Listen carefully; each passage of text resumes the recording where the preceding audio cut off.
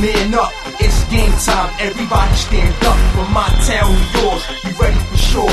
From the field to the court, yeah, we ready for war. This is 845, Varsity man up, it's game time. Everybody stand up. From my town to yours, we ready for sure. From the field to the court, yeah, we ready for war. I said it's game time. Hey folks, welcome to the Varsity 845 football show. I'm Kevin Witt, here to bring you this week's dose of must-see video on local high school football. I'm going to unveil this week's top 10 rankings, which have some predictable changes and one maybe not so predictable. This week's feature is on the longest active local winning streak, and could it end Friday night? The game of the week involves that streak, and I'll give you my take on who I think will win. But first, the last word on last week. I caught Menacing Valley's come-from-behind 16-13 victory over Newburgh Free Academy on Friday night. Great stuff. But it was one of those Friday nights when you wish there was a way to watch every game. New Paltz and James I. O'Neill went to overtime. New Paltz won 33-27. Washingtonville and Valley Central went to overtime. Washingtonville won that game 34-33. Dan Scallo ran for 200 yards and threw a touchdown pass as Monroe Woodbury beat Saratoga 37-14 in a battle of state-ranked teams. Walkhill won a thriller at Dietz Stadium, beating Kingston 35-28. Cornwall captured its fourth straight Class A title, and Pine Bush beat Middletown 30-7 in a rivalry game. So who's going to come up with that Friday night ticket television plan? Any takers? Now on to this week's feature. Newburgh Free Academy hosts Monroe Woodbury on Friday night with first place in Class AA Division I at stake. A big deal? Certainly. But the added juice is Monroe Woodbury's 38-game winning streak against local competition is on the line. Monroe Woodbury's dominance hasn't been limited to just the locals. The Crusaders have beaten just about everybody since the start of the 2004 season when this streak began. Monroe is 53-3 over that stretch, with all three losses coming in the state tournament, including this 42-21 loss to West Genesee in last year's Class AA state final. Monroe Woodbury opened this season with a 24-19 victory over Cornwall, and that 5-point win got people asking, is this the beginning of the end for Monroe Woodbury? But here we are, 6 games later. Monroe Woodbury is undefeated and feeling good about itself. Pretty hot right now. We have past 2 weeks we've gotten big wins over Kingston and Saratoga. Saratoga was a state-ranked team, so that was a pretty big confidence booster for us when we beat them last Friday. The players believe this Monroe Woodbury team is better than the one that took the field a month ago. The reason? Our offensive line has been stepping it up a lot and getting a good push every drive. Last 2 games we've gotten a touchdown on the first play of the game. Newburgh, which has lost to Monroe 6 times during the streak, is coming off a tough 16-13 loss to Menacing Valley. That dropped Newburgh's record to 4-2 and out of the state rankings. What was the feeling coming off of that Menacing loss for you guys? It was hurtful, but hey, we got to get over it. It's another week, another game. Newburgh likes to rotate its running backs, but Byron Thomas clearly is one of the leaders.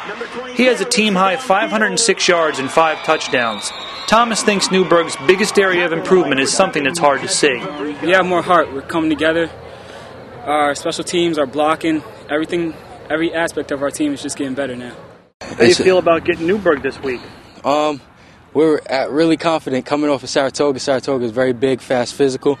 I think that we're going to be fine with Newburgh. It's really a mental game, 100% mental. We can't make any mistakes, and we'll be fine. So how do the coaches see this? What we need to do to be in the game at the end against Monroe is simply be able to hold our own and pick our spots and hang in there and be in the game in the fourth quarter.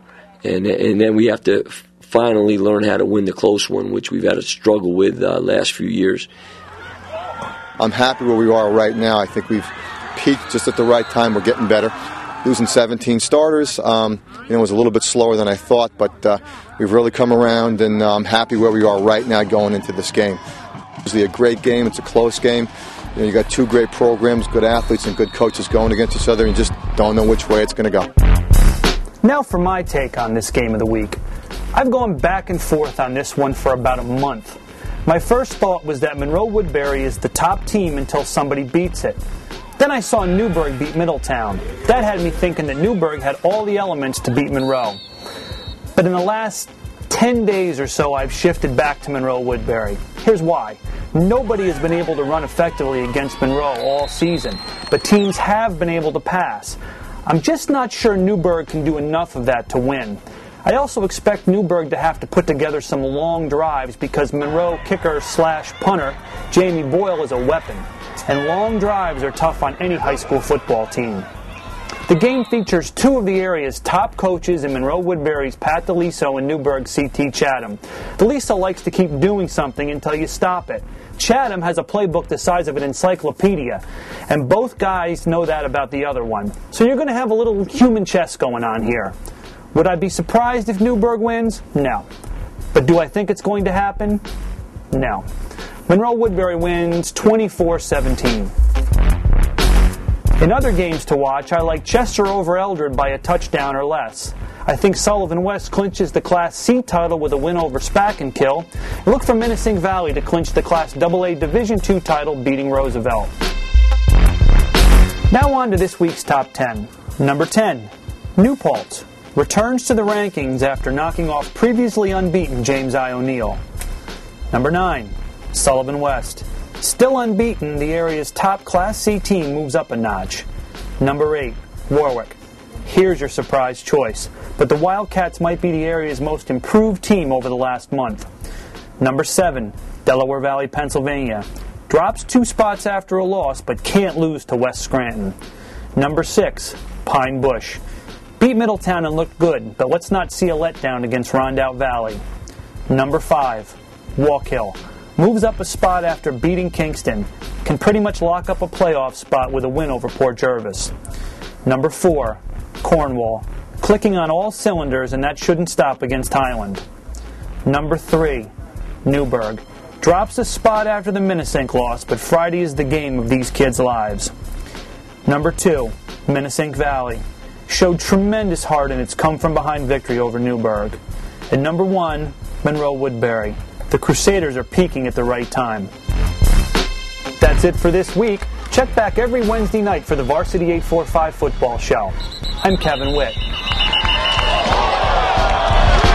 This is 845, Varsity Man Up. It's game time, everybody stand up. From my town to yours, we ready for sure. From the field to the court, yeah, we ready for war. This is 845, Varsity Man Up.